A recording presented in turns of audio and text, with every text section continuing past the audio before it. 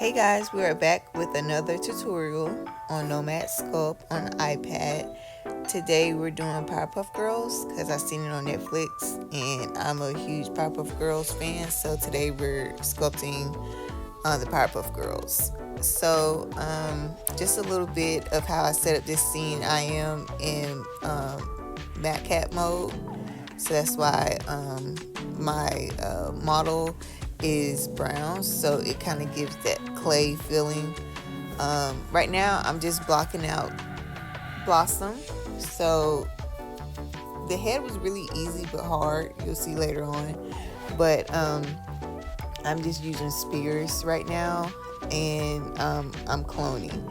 That is the key to sculpting, is clone, mirror as much as you can, so you won't spend like 5 hours trying to do the same thing to one side to the other.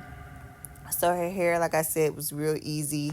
The body was easy too. The body is kind of shaped like a cylinder, so when I block out my characters, I just think, okay, what do their body looks like, or what does this piece look like? So for as far as her hands, I'm using again a spear, and I'm using the coloring book page as a guide to see how I want to position her hand.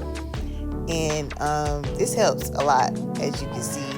And so now I'm just smoothing and making sure it kind of lines up with the coloring page. I know we are in 3D, so going from a 2D object to a 3D, making it to a 3D can be a little challenging, but since their body is not that complex, it was easy. And now doing her body again, cylinders and a spear, since their body is just, small, and their feet are basically spears, so that was, easy. So like I said, I'm just blocking out the body first before I start merging and decimating the shapes. And I would recommend everybody do this starting off. Just find a coloring page, and that has like a good outline that you can see shapes clearly, and then just practice make perfect. So now I'm doing the hair. I'm trying to mask out the hair with the shell mask, and I was having trouble with it because it's my first time using that tool. But then I was like, there's got to be an easier way. So, practice makes perfect, and I was just, fumbling around with the tools until I found a little cheat code, which you'll see in a second. But the shell mask was kind of hard because, as you can see, it kept doing more than what I wanted. So I don't know if it's because I had symmetry on or not, but I was like, okay, this is not working. So there is another tool right beside it. It's called mask. So that's what I end up using, I think, on Buttercup's hair. But for Blossom, I tried to for Bubbles, I tried to make it work. But yeah, so I spent like, I want to say like 5 minutes trying to figure out how to mask his hair out. As you can see, it was like masking the bottom of her hair and stuff, and then finally I got it to work. And I was like, yay. Oh, and then I'm like, why does it look like an ace on the back of her head? I thought that was funny. So I was like, well, we're not going to see her head. So this is when I started using the mask tool, and I was like, oh, okay, this is so much easier. So I just switched to the mask tool to kind of like fix the edges and stuff like that. And then I was so happy. I wasn't too worried about the back because like they're gonna be facing forward. So I try not to be a perfectionist and worry about the back. Now onto the eyes, guys. The eyes was like the hardest thing ever.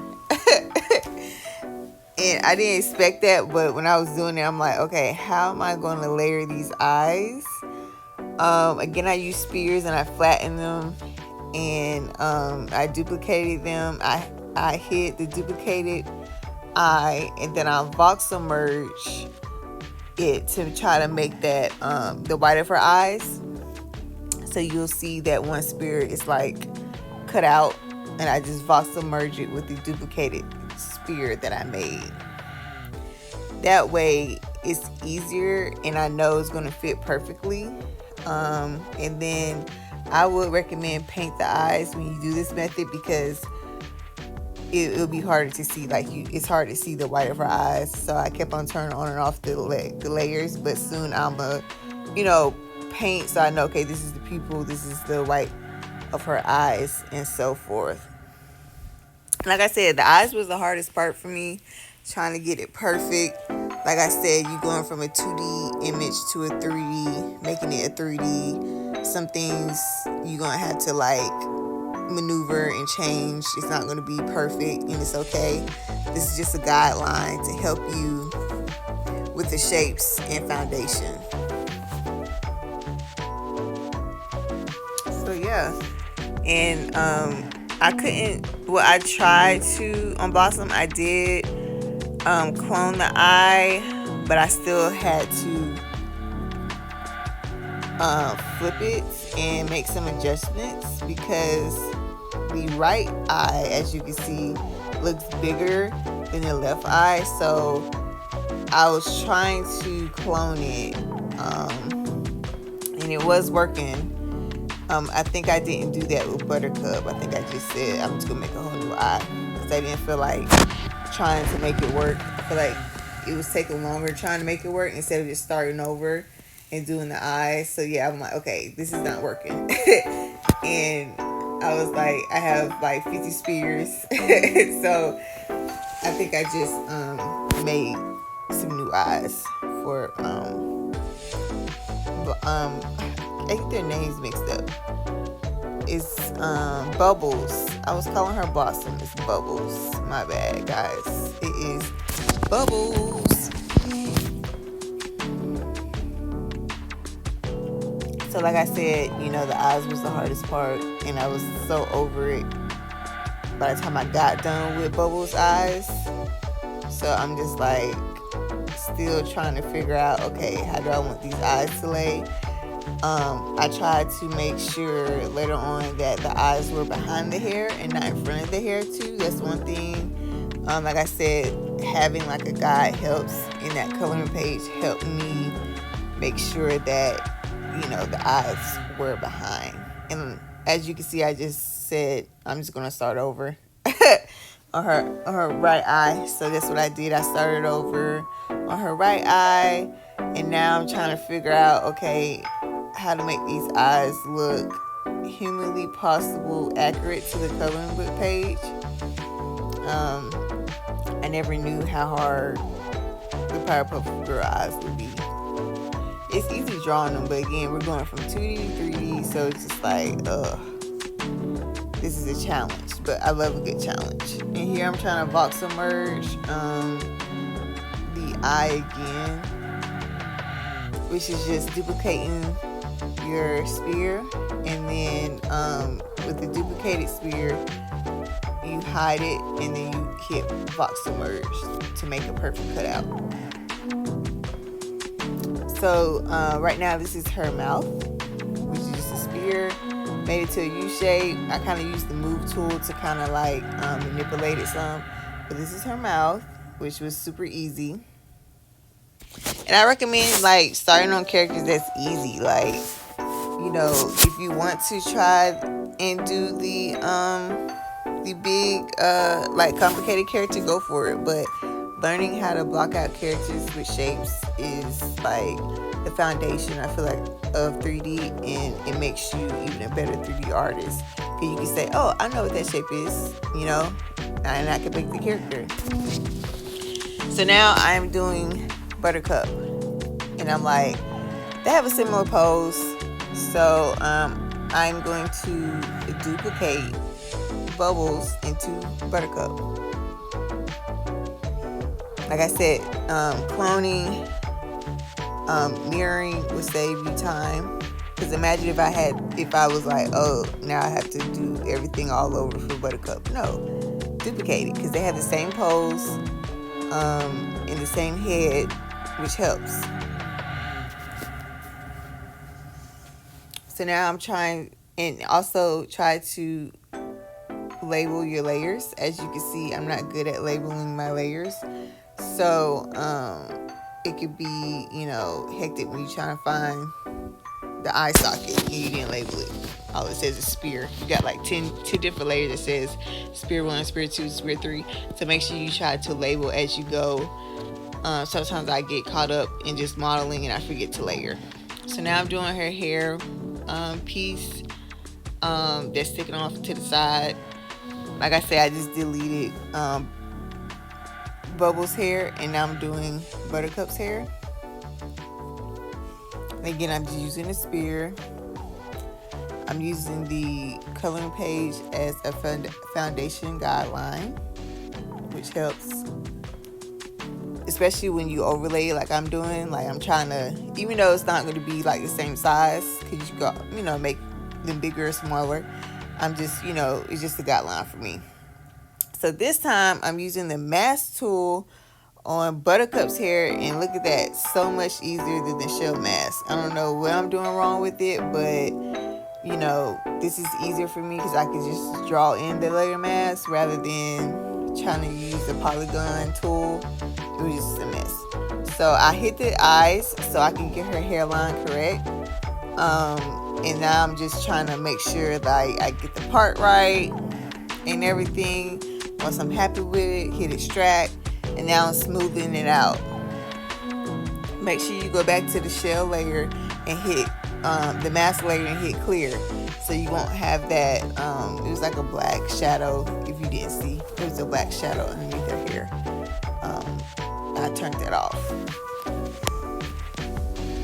I didn't like that. I feel like I'm a perfectionist, y'all. So here's me doing her hair one last time, trying to make sure it looks right and not flicked it. And it helps if you turn off the eyes, if you do the hair first and then you move on to the eyes, because the eyes were blocking the view. So yeah, it's coming out really good. We're rocking and rolling.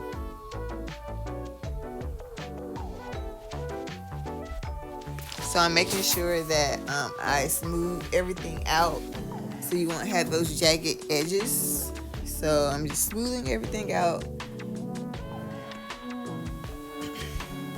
And then I noticed her hair kind of looked like horns, and I didn't think that was the correct thing. So now I'm trying to, I was trying to flatten it out. You'll see me go back and fix her little, I want to say they're ponytails or just, I don't know, pieces of hair.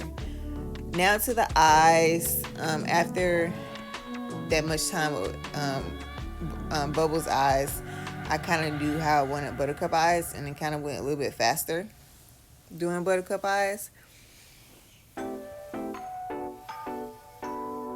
And let me tell you, the eyes are tricky because, like you said, like you can see, the left side eye is smaller than the right because how they're turned to us in the picture. So I had to make it look like, okay, since she's slightly turned, her eye is not going to be the same size.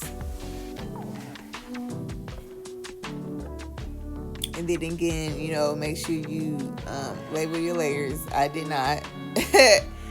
So my layers look a mess. I did group everything together though. So for example, Buttercup, all of the models are underneath Buttercup in a group. All of the shapes I used, and same with Bubbles. And side note, I just want to know, like, which Powerpuff Girl is your favorite? Comment below in the comments. My favorite Powerpuff Girl would have to be Blossom because, you know, I feel like I'm a leader and I resonate with her, and I just, you know, I love Blossom. So as you can see, guys, I just colored her pupils so I can see better the different shapes. Since it's all one color, I just was like, okay, I need to separate. So I did color a little bit just to help see how the eyes were looking. So I had started painting the eyes. And you don't have to wait to model all the way through to start painting. Sometimes you need color to help separate stuff. Now on to Blossom. Blossom was easy again. All I did, I duplicated Buttercup's body. And now I'm just moving her body around to match Blossom's body. Super easy, guys. Like I said, cloning, duplicating will be your best friend. Don't do nothing from scratch more than once. Try to duplicate. Don't you just love their little arms? I think that was like my favorite part was their arms and their feet, because they're like little balls. It was very fun to paint this. I'll post a part 2 of me painting the Powerpuff Girls. That's my favorite step in 3D modeling, is painting, because it's just satisfaction seeing everything come together. Such satisfaction. Okay, so now I'm doing her hair bow, which reminds me of those little chocolate eggs. I don't know why. Maybe it's the color. But I'm doing her hair bow. As you can see, real easy. Real easy. And I would say my favorite part too, doing Blossom coming up, is her holding the Chemical X bottle. It was so cool, like, modeling that. I love modeling bottles. I don't know why. Once you get into 3D, you'll have, like, certain things you like to model, and it might be kind of weird. But, hey, that's the 3D modeling life. So now I'm doing her hair, as you can see. And then I'm turning off the eyes so I can make sure the bangs are right. Because, again, the hair is going to be on top of the eyes. And then I'm just going back and I'm erasing some of the mask to fine tune it. Once I like it, I just hit a track, smooth out the roughness of it, bringing back the eyes. I think I had too many eyes. And then trying to make sure the eyes are far enough outside of the body. I was getting a little bit of overlap, as you can see, but going ahead and coloring the pupil helps a lot, as you can see. Like, okay, this is the pupil, this is going to be the color of her eye, this is going to be the whites of her eyes. So it's 3 different spears to make up the eyes. Okay, now the bottle. So I had to rotate the picture in the back. I used the lathe tool, which is like awesome. This is my first time using the lathe tool, so I'm trying to figure out how to do it. First I was using path, that didn't work. Then I used curve, and I'm like, what the heck am I doing? So I think I ended up using curve. So I'm like, okay, it's working, let's make it work.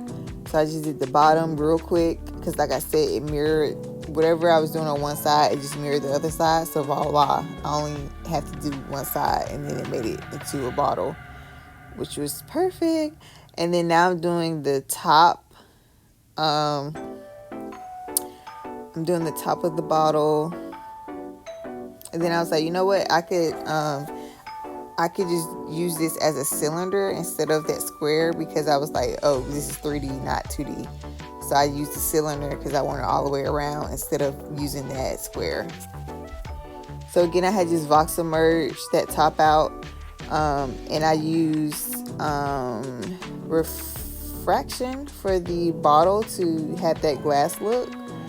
And now I'm just trying to position it so her hand is like in the right spot, right position. So I'm switching between matte cap and the refraction material, because like, so I can see. And then I'm doing the cork, which is just another cylinder, and then I flatten it a little bit. Like I said, this was like my favorite part, doing the bottle. So now I'm doing the little chemical inside, and it was just, you know, a spear inside a spear. And then I am, oh, and don't forget to save your work, you guys. Now I'm trimming the spear to make it look like it's liquid inside. and I'm smoothing out the liquid. Make sure you smooth everything out. When you trim and everything, smooth it out. Look at that, guys. That looks amazing so far.